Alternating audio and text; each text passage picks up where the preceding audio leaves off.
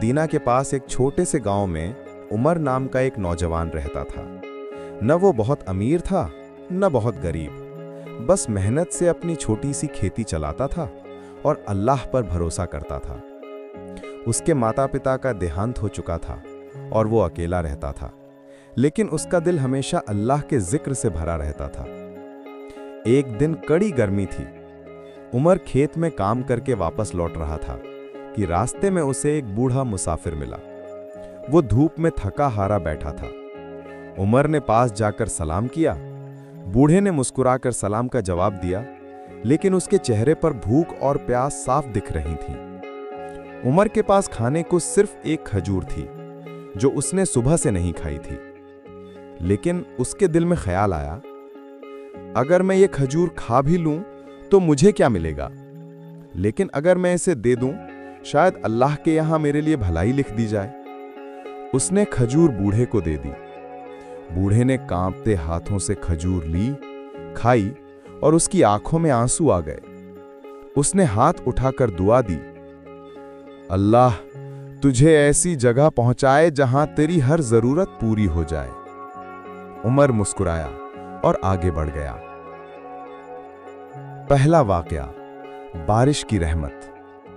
कुछ दिन बाद गांव में भयंकर सूखा पड़ गया। लोगों की फसलें सूख गईं। लेकिन एक रात अचानक बादल गरजे। सुबह जब लोग जागे तो हैरान रह गए। पूरे इलाके में सिर्फ उमर के खेत पर बारिश हुई थी। सब लोग चकित थे। उमर ने बस इतना कहा, ये अल्लाह की रहमत है।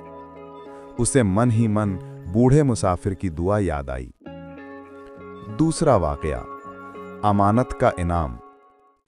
एक दिन उमर काम से लौट रहा था कि रास्ते में उसे सोने के सिक्कों की एक छोटी थैली मिली। ये बड़ी दौलत थी। वो चाहता तो रख सकता था, लेकिन उसने सोचा, अमानत में खयानत नहीं करनी चाहिए। वो गांव के चौराहे पर खड़ा होकर पुकारने लगा, किसी की अमानत मिली है, मालिक आएं और निशान बताएं। कुछ देर बाद एक ताजिर दौड़ता हुआ आया। उसने सही निशान बताया और थैली वापस ले ली। ताजिर खुश होकर उमर को इनाम देना चाहता था, लेकिन उमर ने इनकार कर दिया। ताजिर हैरान होकर बोला, दुनिया में ऐसे लोग बहुत कम हैं। मैं तेरे लिए दुआ करता हूं कि अल्लाह तेरे रिज्क में बरकत दे। उमर ने मन में सोचा, ये दूसरी दुआ भी कबूल होगी इंशाअल्लाह। तीसरा वाकया, वो दिन जिसने सब बदल दिया। कुछ महीने बीत गए। एक दिन मदीना से खलीफा के प्रतिनिधि गांव आए। उन्होंने ऐलान किया, हुकूमत इस इलाके में एक नहर बनाना चाहती है। हमें इसकी निगरानी के लिए कोई ईमानदार और नेक इंसान चाहिए। गांव वालों ने तुरंत कहा, हमारे गांव में सबसे ईमानदार उमर है।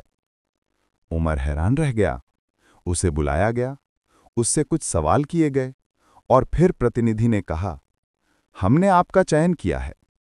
आप इस नहर के नजरे सार यानी निगरान होंगे और आपको अच्छा मासिक मुआवजा भी मिलेगा। ये उमर के लिए बड़ी इज्जत और न्यामत थी। घर लौटकर वो सजदे में गिर पड़ा।